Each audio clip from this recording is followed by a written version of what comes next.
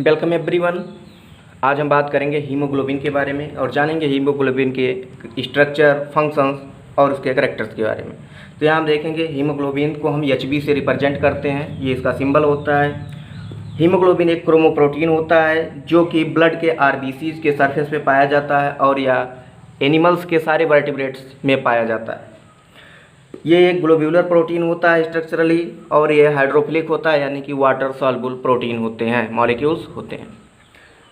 ये quaternary proteins का form होता है, यानी कि आपको पता होगा प्रोटीन्स के 4 स्ट्रक्चर होते हैं, प्राइमरी, सेकेंडरी, टर्सरी और क्वाटरनरी, जिसमें से ये क्वाटरनरी प्रोटीन स्ट्रक्चर का फॉर्मेशन करता है क्योंकि इसमें 4 पॉलीपेप्टाइड चेन पाए जाते हैं, जिसकी वजह से इसे हम टेट्रामेरिक भी कहते हैं। इसका मॉलिक्यूलर वेट जो होता है वह 64 किलो डाल्टन होता है, यानी कि 64,000 डाल्टन। यह ऑक्सीजन को कैरी करता है, यानी कि ऑक्सीजन का कैरियर होता है, और एक हीमोग्लोबिन मॉलिक्यूल 4 ऑक्सीजन मॉलिक्यूल को एक साथ बाइंड करते हैं। यह ऑक्सीजन को लंग्स से बाइंड करता है और हमारे बॉडी के सेल्स में छोड़ता है। हीमोग्लोबिन 2 फॉर्म में पाए जाते हैं, ऑक्सीजनेटेड और डीऑक्सीजनेटेड फॉर्म। ऑक्सीजनेटेड फॉर्म में ये ऑक्सीजन को कैरी करके रखते हैं, जिससे ये ऑक्सीजनेटेड फॉर्म में, और जब ये ऑक्सीजन को डीबाइंड करते हैं तो इसको हम डीऑक्सीजनेटेड फॉर्म करते हैं। यहाँ पर रिएक्शन भी दिया गया है। ऑक्सीजन ये 4 मॉलिक्यूल हीमोग्लोबिन 4 मॉलिक्यूल ऑक्सीजन से बाइंड करता है तो ये ऑक्सीजनेटेड फॉर्म में आ जाता है। अब हम बात करेंगे हीमोग्लोबिन के स्ट्रक्चर की। तो हीमोग्लोबिन जो होते हैं ये 2 कंपोनेंट से मिलके बने होते हैं, या कह सकते हैं 2 पार्ट के बने होते हैं। सबसे पहला होता है हीम, जो कि पिगमेंट पार्ट होता है, और दूसरा होता है ग्लोबिन, जो कि प्रोटीन पार्ट होता है। यानी कि प्रोटीन और पिगमेंट 2 पार्ट से मिलकर के ये बने होते हैं हीमोग्लोबिन। अब हीम की बात करते हैं, यानी कि पिगमेंट पार्ट जो हीम होता है, हीम की वजह से ही ब्लड का जो कलर होता है यानी रेड वो आता है।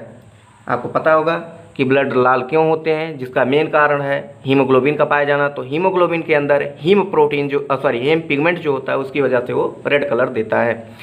हीम जो होता है ये 2 कंपोनेंट से बना होता है। एक आयरन कंपोनेंट होते हैं जो कि फेरस आयरन होते हैं, और दूसरा पोरफायरिन होते हैं जो कि टेट्रापायरॉल रिंग से बने होते हैं।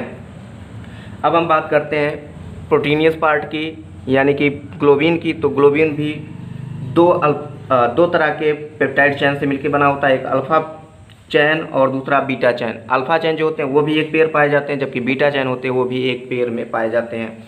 अल्फा और बीटा चैन जो होते हैं दोनों मिला करके ही एक कंबाइंड पॉलीपेप्टाइड चेन का फॉर्मेशन करते हैं, यानी ग्लोबिन का फॉर्मेशन करते हैं। ग्लोबिन जो होता है वह 574 अमीनो एसिड लॉन्ग्स होते हैं।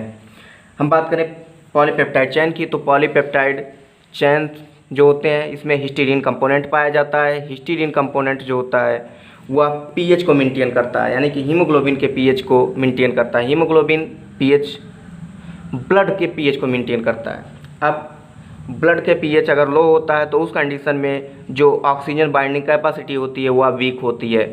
साथ ही साथ अगर पीएच हाई होता है तो उस कंडीशन में ऑक्सीजन बाइंडिंग कैपेसिटी जो होती है वो स्ट्रांग होती है।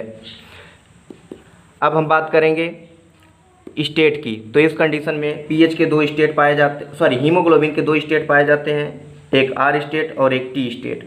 आर स्टेट जो होता है वो ऑक्सीजनेटेड स्टेट होता है, जिसको हम पॉजिटिव ऑक्सीजन स्टेट भी कहते हैं, और ये ऑक्सीजन को बाइंड करने वाला स्टेट होता है। जबकि दूसरा होता है टी स्टेट, जिसमें कि निगेटिव ऑक्सीजन स्टेट होता है या डीऑक्सीजनेटेड स्टेट होता है। इस कंडीशन में जब हीमोग्लोबिन मॉलिक्यूल से ऑक्सीजन डीबाइंड हो जाते हैं तो उस कंडीशन में डीऑक्सीजनेटेड स्टेट यानी कि टी स्टेट आता है। इस तरीके से आपने देखा ऑक्सीजन के बारे में, हीमोग्लोबिन होता क्या है, हीमोग्लोबिन के स्ट्रक्चर और कंपोनेंट्स के बारे में। हीमोग्लोबिन का स्ट्रक्चर आप देख सकते हैं, हीमोग्लोबिन के स्ट्रक्चर में 4 पायरॉल रिंग पाए जाते हैं, और जो कि फेरस आयन भी बीच में पाया जाता है, जिससे कि ऑक्सीजन बाइंड होता है, और एक हीमोग्लोबिन मॉलिक्यूल से 4 ऑक्सीजन मॉलिक्यूल बाइंड होते हैं।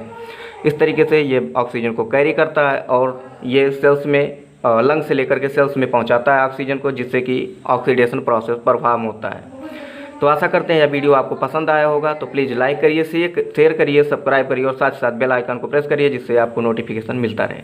Thank you.